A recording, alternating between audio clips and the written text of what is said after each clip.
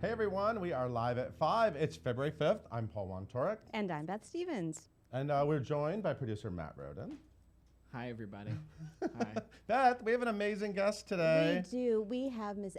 Becky Ann Baker, who Who is we love. now in Cardinal at Second Stage. But she's been in like a million things we love. She's been in a million things we love, and she's everyone's TV mom. So that's Favorite all. TV mom. Yeah. But let's talk about what today's top 5 is. Take it away, Matt. Okie dokie. To start, Ben Platt's got announced that he is co-producing and leading this new Ryan Murphy series, The Politician, on Netflix. Co-producing. Wow, that's fancy. Is he producing it? Yeah. Apparently he is. And Ryan Murphy, of course, who makes hit shows. And he has a new hit show every month. And right now I'm obsessed with The Assassination of Gianni Versace, American Crime Story. I think I switched the words around. But yeah, Ben Platt, we've been wondering, like, what's the next big Ben Platt thing? He just recently left Broadway a few months ago. This is an hour-long political comedy with music TV show with music. Apparently he's going to sing in it. But let's talk about the co-stars. And who are his maybe co-stars? They haven't signed yet. Maybe co-stars Barbara Streisand and Gwyneth Paltrow. That's crazy. Ben Platt is going big or going home. That is nuts. What else do we need to know about it? Oh, they already ordered 2 seasons. Wow. So yeah, it's like this is like an automatic 2-year show. So congratulations, Ben Platt. Can't wait to see you on TV. Singing. They also announced today that the August Rush musical is getting a world premiere at the Signature Theater. So this is a Signature Theater in Arlington, Virginia, just to be clear, not the Signature Theater. Which is a fancy theater. Broadway. They do great work. They do great work. John Doyle, Tony winner John Doyle, is going to direct. Yep. And the writer of this is Glenn Berger. Now, do you remember Glenn Berger, Paul? He wrote a great book about Spider-Man. He also wrote Spider-Man. Yes. And yes, he wrote the book for Spider-Man, Turn Off the Dark, and then he wrote Song of Spider-Man, the tell-all. And Mark Mancina wrote this. He wrote the score for the movie. Right, and he's doing the composing for this show. He also did some music for The Lion King on Broadway. He worked with Elton John. Yeah. Oh, I'm learning so much. Well, this is a year away. This is February 5th, 2019. So on this day, in a year, it will start previews in Virginia. And it's been in the works for a really long time. Yeah, so the movie came out in 2007, and they're still, talking about it and doing it. Now it's finally got some dates, and then it's going to go to Aurora, Illinois' Paramount Theater after that. So it already has a second season as well, and so then to speak. Probably Broadway. Probably. Maybe. Fingers John Doyle. crossed. Fingers crossed. Yeah. Speaking of music that I love, Chess was in rehearsal today because they're going to the Kennedy Center in a couple weeks. Paul, you were there. I was there, Matt. Paul, you were there. They're doing a special concert series next week, the 14th through the 18th, of Chess, which is like an amazing late 80s musical that everyone is always trying to fix. So let's talk about what Chess is for the people who don't know. Yeah. This is the men of ABBA. It's Benny and Bjorn from Otherwise ABBA. known as Benny and Bjorn. And Tim Rice. Okay. And it didn't run very long on Broadway, but I was obsessed with the Broadway cast album, which featured my beloved David Carroll, who was in Grand Hotel. Of course. The late David Carroll. And who else was it? Judy Kuhn. Philip Kasnoff. It was an amazing, amazing cast. And I used to, in my 20s, go to the Library of the Performing Arts and watch the Chess tape many times. This is the true test of a nerd. But this cast, Raul Esparza is singing again. Finally. He's, of course, been on Law & Order, and we love him having a regular gig on TV, but he's singing, and he sounded amazing today. We also have Karen Olivo, Ramin Karimloo, Ruthie Ann Miles. This is kind of an amazing dream cast. Michael Mayer's directing it, and it is a reworked version of Chess. So maybe they fixed it. Maybe they fixed it. Are you going to go? Are you going to go to DC and see it? Of course. Wild Horses couldn't keep him back. So Second Stage officially opened the Helen Hayes today with a lights up ceremony. That's right. So lights up, meaning they lit up the marquee for the newly refurbished Helen Hayes Theater. This theater is 106 years old. Oh my God. This is like Second Stage Day with Becky Ann Baker being here. Second Stage is, of course, a nonprofit theater off Broadway. This is their first Broadway house. Architect and Tony-winning set designer David Rockwell did the design. It's pretty spectacular. There's some pictures on the site. Now, this really elevates Second Stage because this means that all their main stage shows are Tony eligible. You know, like in the all past, of their Broadway shows are Tony eligible. Right, they have a Broadway venue now. Like in the past, Next to Normal started there. Dear Evan Hansen started there, and then they moved to Broadway. But now, it's going to be under the auspices of Second Stage with Carol Rothman as the artistic director. And their mission is to produce American playwrights who happen to be living. How about that? We like that. No we like people that are alive. And what's their first show? Their first show is Lobby Hero, which is a revival of Never on Broadway. Never on Broadway. Off Broadway in 2001. Kenneth Lonergan. Very fancy cast and good stuff. Chris Evans, Michael Cera, Belle Powley. Cool. And the last bit of news we got today was that Red Roses Green Gold the musical based on, it's Jerry Garcia music, is closing early, unfortunately. It is. It's This been has playing, been at the Minetta Lane Theater off Yeah. Broadway all the way downtown. Yeah, it was supposed to close like in March, and it's closing February 18th. A little bit early, yeah. It's apparently, I haven't seen it.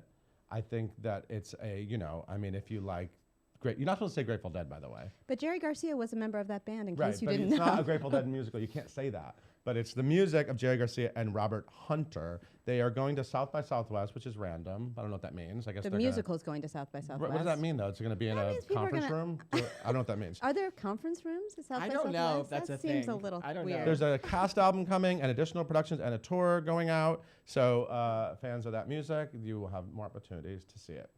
So that's the top 5 today, right, Matt? Yep, So why that's don't all you of tell it. us about our amazing guest? All right, See you so later, Becky guys. Ann Baker received an Emmy Award nomination for playing Hannah Horvath's amazing mom on Girls. And on Broadway, notable roles include Sarah Jane Moore in the Sondheim musical Assassins, Arthur Miller's All My Sons, and the Broadway premiere of Good People at MTC.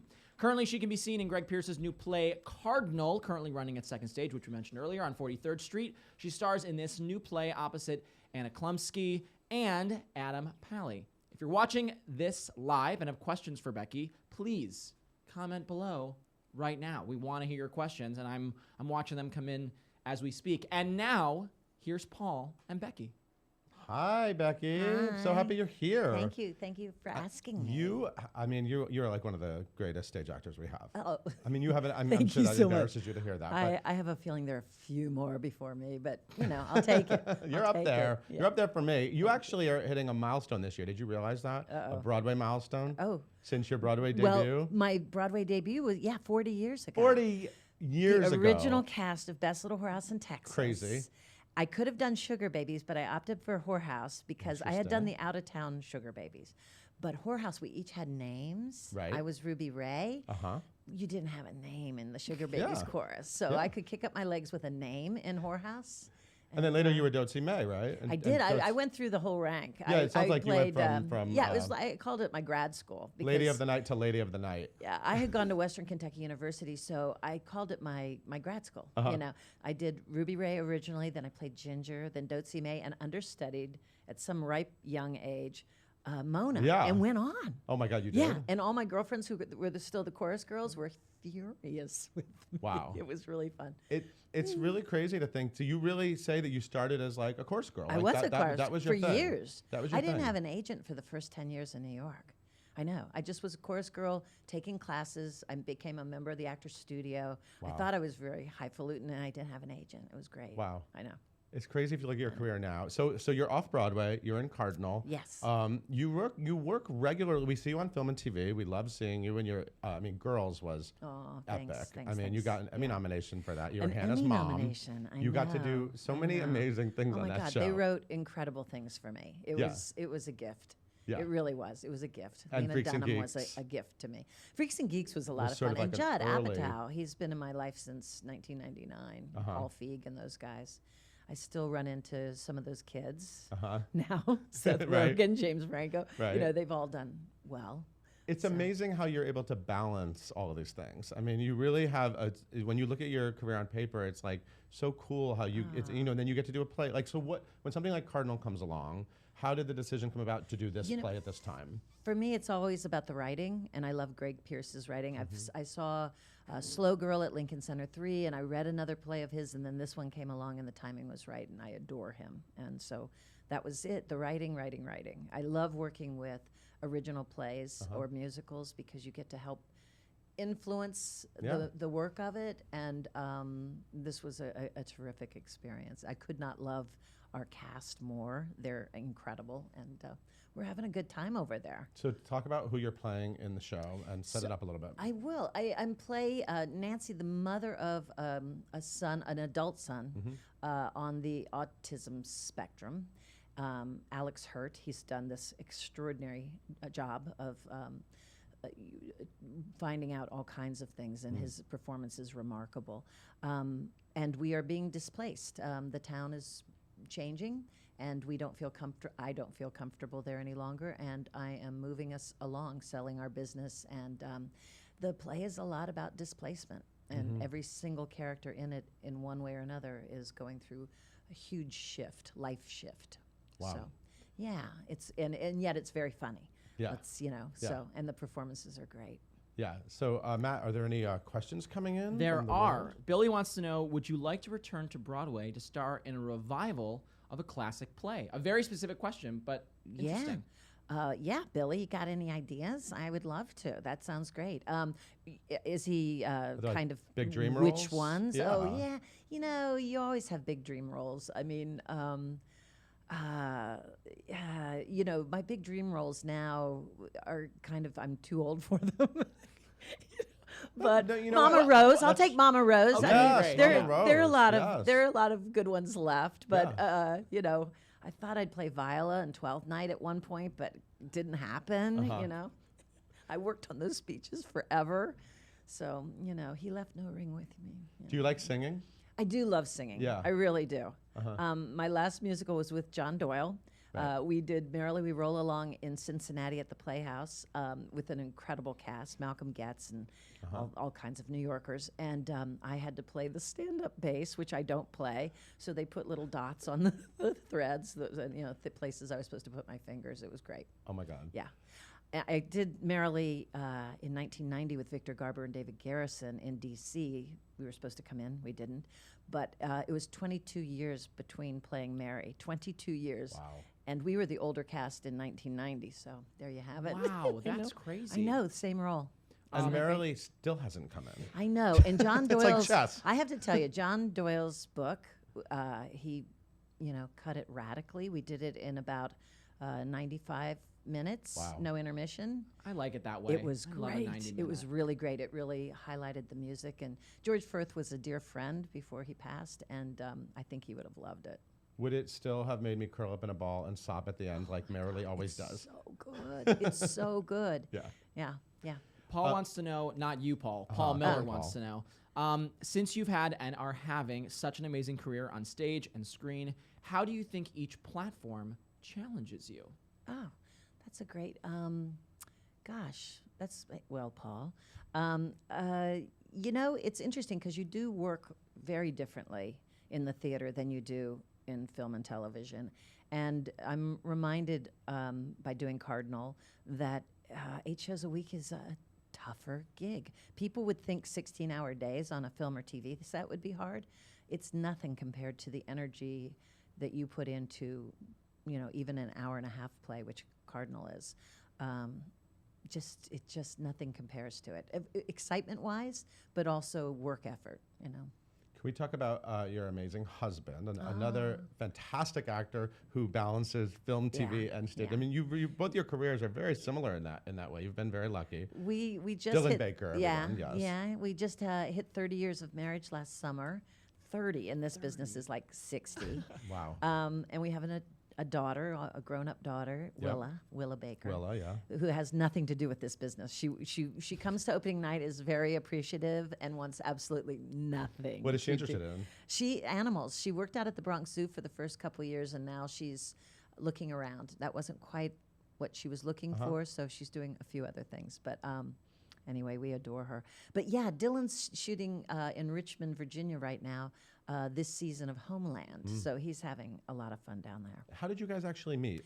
The Williamstown Theater Festival, Okay. which I'm going to their gala tonight. That's why I'm a little schmancy. You look nice. Thank you so much. The summer of '85, we were thrown into the same little musical by Carol Hall called To Whom It May Concern, and it came back into town and ran about 6 months or so, and we were off and running.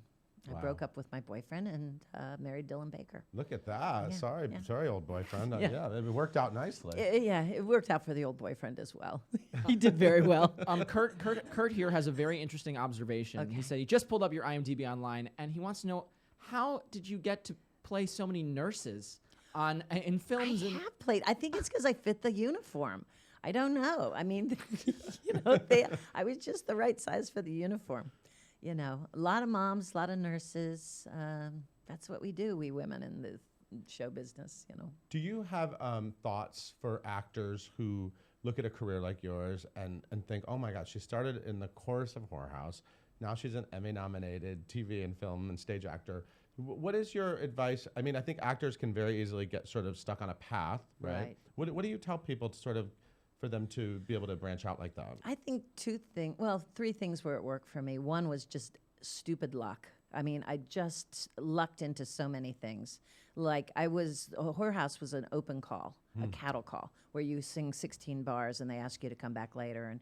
And then I was the only, one of my closest friends was picked from the dance call and I was picked from the singing call. And the rest were all agent submissions. So some of it's stupid luck.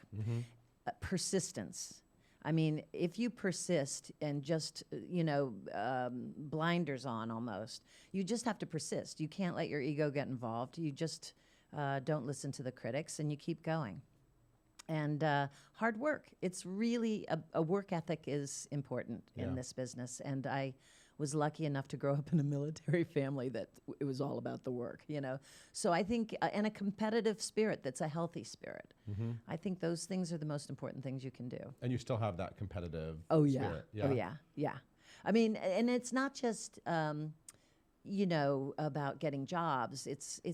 I swear, the people who like athletics and things like that, or just that kind of competition, have a healthy ego about winning and losing. And when you're losing as many jobs as you have to lose in this industry, you have to have a healthy spirit about it. Wow. Yeah. That seems good. Yeah. You can't lose Because that. Tom Brady today is not feeling so great, but he knows he'll have another win. At some point. You know what yeah. I'm saying? Yeah. Do you feel like, how do you feel like your family upbringing in that Army environment helped or has influenced sort of your career? Yeah, I think that the work ethic of knowing that, to work hard and make it the best effort you can and be there early and, working hard and picking up things when other people can't pick them up. It's also a great way to live. It makes you engaged in life more than, feeling sorry for yourself in the corner or whatever.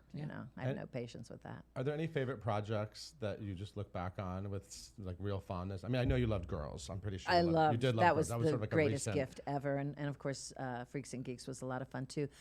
I always look back at certain directors like John Doyle and Richard Jones, who I got to do Harry Ape with, and also Titanic. The musical. Yeah, you were in the original cast of Titanic. Right? There are some directors where it was just every single second in their presence is amazing. Yeah. And so I've been really lucky that way with writers and directors and casts. And Wasn't Titanic a stressful preview period? My memory of it. Our first preview in front of an audience, we stopped 7 times. Ladies and gentlemen, cast, please clear. And we were fixing things by the end of it ended closer to midnight than it should have. And the detritus of the set was everywhere, and we had to kind of take a bow in single file and just nod our heads. It was the biggest mess you ever saw. And yet, cut to many weeks later when we had it all worked out, we won Best Musical. I know. Yeah. It was Titanic versus The Life. I remember that. Yeah, year. yeah, Did yeah. you sing on the Tonys? Yeah, we did. I remember We did the big opening number. I mean, that opening number. It's coming back, Titanic. I didn't know that. It's coming back? It Yeah. was with 12 people or something like that? No, one? No, I don't think it's 12 people. It's a production from Korea. Oh, even better. It looks pretty I'd big. love to see There's that. a lot of ramps. I didn't know Koreans were on the ship. Yep. I thought it was mostly Irish people. Apparently. That's crazy. And do you think Whorehouse should come back? That's another show that I've always thought it would. Yeah. I mean, although, well, I'm not going to say that. Never mind. It's just a tricky topic anymore. Yeah, we got Pretty Woman. Yeah. Yeah. Well, there you go. I mean, we're dealing in a different way of looking at women these days, and but I think done as a period piece, Right. Whorehouse is perfect. And Carol Hall, is it? I adore her, Great and songwriter. Peter Masterson still, kicking around, and so it would be great. Yeah, and Tommy Tune. I mean, Tommy, I run into every now and then. He's amazing. He's Yeah. amazing. Awesome. So what do you want people to know about Cardinal? It's running through the 25th. Cardinal's running through February 25th, 8 shows a week at Second Stage. It's really funny. Uh-huh. And it's an hour and a half long, no intermission. You're out for, in no time having fun. And not that you aren't having fun when you're watching that show. But, come see it. It's really good. Cool. Yeah. Well, thank you so much for coming my in. It's pleasure. always a treat to see you. Always love to see what you're going to do next. So everyone, thanks. check out Cardinal at the Tony Kaiser Theater on 43rd Street through the 25th. Thank you. And thank you, everybody, so much for tuning in. You can watch Live at 5 every single weekday, live at 5 p.m. on Broadway.com's Facebook page. That's where you are right now. And if you're a fan of podcasts or want another way to consume this show, you can subscribe to Live at 5 wherever you get your podcasts. Be sure to tune in tomorrow when Anastasia's Max von Essen joins us live in the studio. Thanks again, everybody. Have a good one.